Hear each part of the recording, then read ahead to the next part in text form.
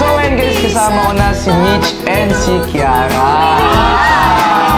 Simula tayo sa iyo, Mitch. Okay.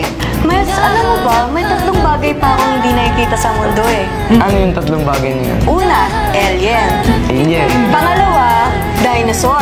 Dinosaur. And panghuli sa lahat, yung lalaking mas gagwapo pa sa'yo.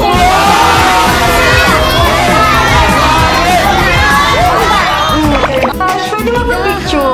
Sure. Magpa-picture tayo. Ayan, para naman may papakita na ako kay Santa kung anong gusto kong regalo sa Pasko.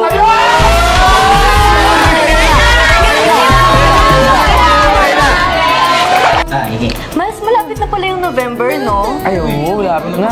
What if samahan mo ako sa sementeryo? Ang gawin natin dun?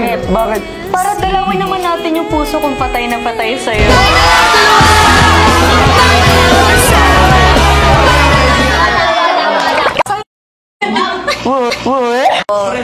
Kasi ikaw yung love ko.